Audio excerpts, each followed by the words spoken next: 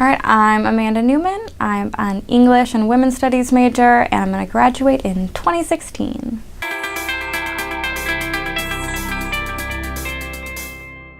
Women's Studies as a major, I feel like I could talk a lot about what it's about, but I think the core part of being a Women's Studies major is taking an interdisciplinary approach and applying feminist theory to everything is kind of what I think we try to do.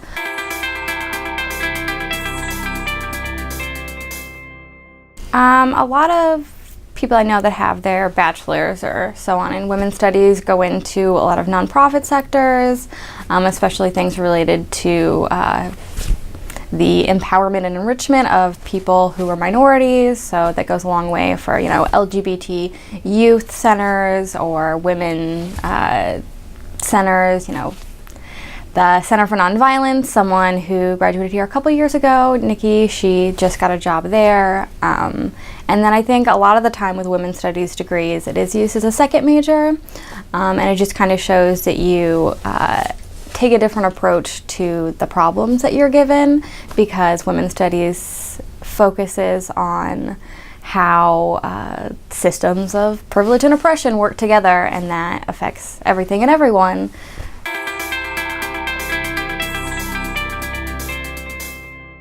I changed my major a couple times my first 2 years here. I was anthropology, and then I was English again, and then, so on and so forth. And I finally was like, okay, English.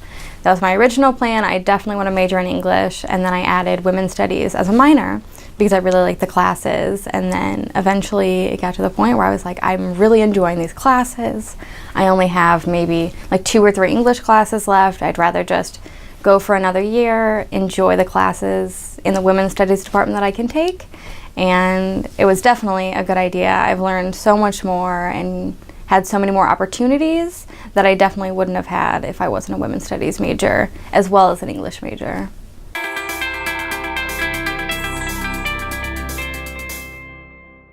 With women's studies, what I've done outside the classroom, my favorite thing is probably Cat Talk, the feminist zine that I make.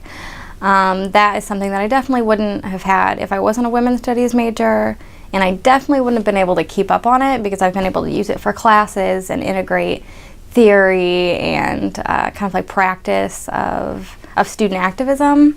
And then last month in November, I went to the National Women's Studies Association conference, and I was on a panel discussion talking about Cat Talk and student activism and how you can use non-traditional means of activism, especially on campuses, because, activism isn't a line. It's just kind of like this huge conglomerate of everything you could possibly do. And that was a really, really great experience. I talked with a lot of great people and got new ideas about what to do on campus, what other campuses are doing, and then also how you can take that past, your undergraduate and the people there who, have their masters or doctorates or just work full time, in a field related to women's studies.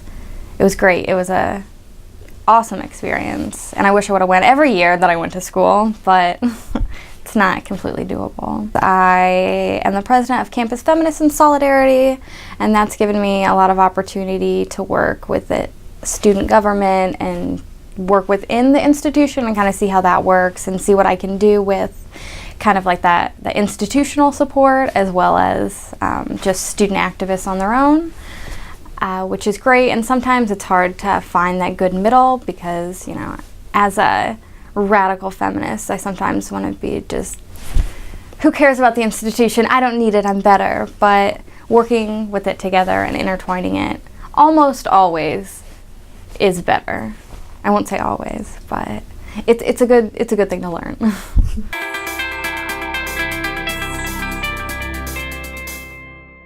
I would say if you're thinking about being a women's studies major, do it, definitely. I think the biggest backlash that I've got and kind of like what I had to overcome is people being like, what are you going to do with a women's studies major? Like, are you going to teach? I get that from my English major too. Why does everyone think I'm going to teach? I'm not going to teach. But trying to be able to have confidence in yourself to use the information and the knowledge you're going to get to do what you want to do with it. I don't think many people get into women's studies because they like the abstract idea of a feminist theory. You get into it because you care about a single issue or a whole list of issues, and you want to be able to use that for the rest of your life. You aren't just, casually, taking a class or two, which is great, and I think everyone that doesn't want to be a women's studies major should still take classes, but just have confidence in yourself and learn what you want to learn. Take the classes you want to take, not just the classes your advisor thinks you should take so you can graduate early or on time. Because if I wouldn't have added women's studies as a second major, I would have learned so much less. I wouldn't have the opportunities that I have right now. I probably wouldn't have the jobs that I have right now. I can't even imagine what my life would be without a women's studies major.